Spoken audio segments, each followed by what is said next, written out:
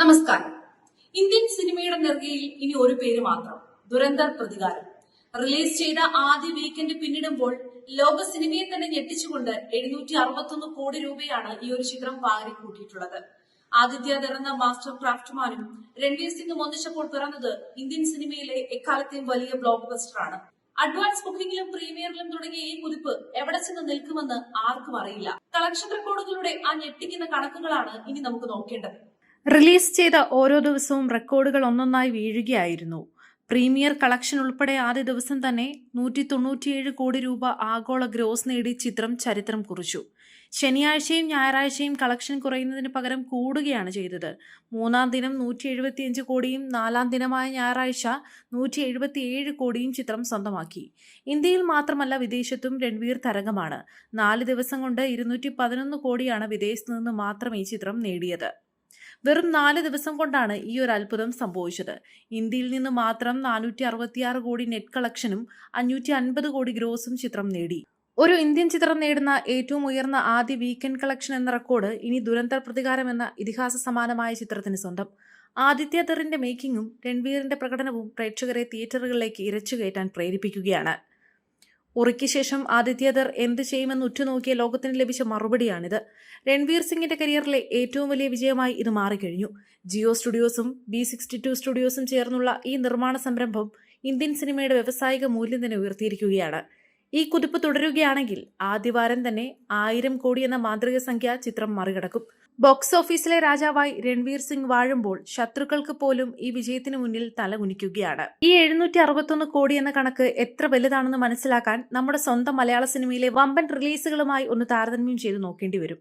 അടുത്തിടെ തിയേറ്ററുകളിൽ വമ്പൻ തരംഗമുണ്ടാക്കിയ മമ്മൂക്കയുടെ ടർബോ ആദ്യ വീക്കെൻഡിൽ ലോകമെമ്പാടും നിന്നും നേടിയത് ഏകദേശം 60 തൊട്ട് 70 കോടി രൂപയാണ്. ഇത് മലയാള സിനിമയെ സംബന്ധിച്ചിടത്തോളം ഒരു വലിയ വിജയമാണ്.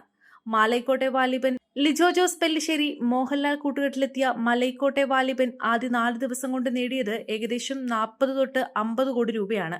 മലയാളത്തിലെ 2 സൂപ്പർ താരങ്ങളുടെയും സിനിമകൾ ഒന്നിച്ചു ചേർത്താൽ പോലും ദുരന്തർ പ്രതികാരം വെറും 4 ദിവസം കൊണ്ട് നേടിയ 761 കോടിയുടെ 10-1 പോലും ആകുന്നില്ല. ഒരു ബോളിവുഡ് ബ്ലോക്ക് ബസ്റ്ററിന്റെയും റീജിയണൽ സിനിമകളുടെയും മാർക്കറ്റ് തമ്മിലുള്ള വ്യത്യാസം ഇവിടെ വ്യക്തമാവുകയാണ്. എങ്കിലും ബഡ്ജറ്റും റിലീസ് ചെയ്യുന്ന ചിത്രങ്ങളുടെ എണ്ണവും തമ്മിൽ താരതമ്യം ചെയ്യുമ്പോൾ മലയാള സിനിമയുടെ കളക്ഷനും അഭിമാനകരമാണ്. ഇനി ബോളിവുഡിലെ കാര്യം നോക്കുകയാണെങ്കിൽ ബോളിവുഡിന്റെ ചരിത്രത്തിലെ തന്നെ ഏറ്റവും വലിയ സിംഗിൾ ഡേ കളക്ഷൻ ഈ ചിത്രം സ്വന്തമാക്കുകയാണ് ചെയ്തത്. പത്താൻ, ജവാൻ, ആനിമൽ തുടങ്ങിയ ചിത്രങ്ങളുടെ റെക്കോർഡുകൾ ഇതോടെ പഴങ്കഥയാവുകയാണ്. സാധാരണ ബോളിവുഡ് ചിത്രങ്ങൾക്ക് തമിഴ്നാട്ടിലും ആന്ധ്രയിലും വലിയ ചലനമൊന്നും ഉണ്ടാക്കാൻ കഴിയില്ല. എന്നാൽ ദുരന്തർ പ്രതികാരം തെലുങ്ക്, തമിഴ് പതിപ്പുകളിലൂടെ മാത്രം 100 കോടിയിലധികം നേടി. ഇന്ത്യയിൽ ഒരു ചിത്രം റിലീസിന് മുൻപേ ഇത്രയധികം പ്രീമിയർ കളക്ഷൻ നേടുന്നത് ഇതാദ്യമായാണ്. ഇത് സിനിമയിലുള്ള ജനങ്ങളുടെ വിശ്വാസമാണ് കാണിക്കുന്നത്. രസകരമായ ഒരു കാര്യം എന്തെന്നാൽ കേരളത്തിൽ പോലും ഈ ഒരു ഹിന്ദി ചിത്രം വലിയ കളക്ഷനാണ് നേടുന്നത്. മമ്മൂട്ടിയുടെ ഭ്രമയുഗം പോലെയുള്ള പരീക്ഷണ സിനിമകൾ നേടിയ ലൈഫ് ടൈം കളക്ഷൻ ഈ ചിത്രം വെറും 2 ദിവസം കൊണ്ട് കേരളത്തിൽ നിന്ന് നേടിയെടുത്തു.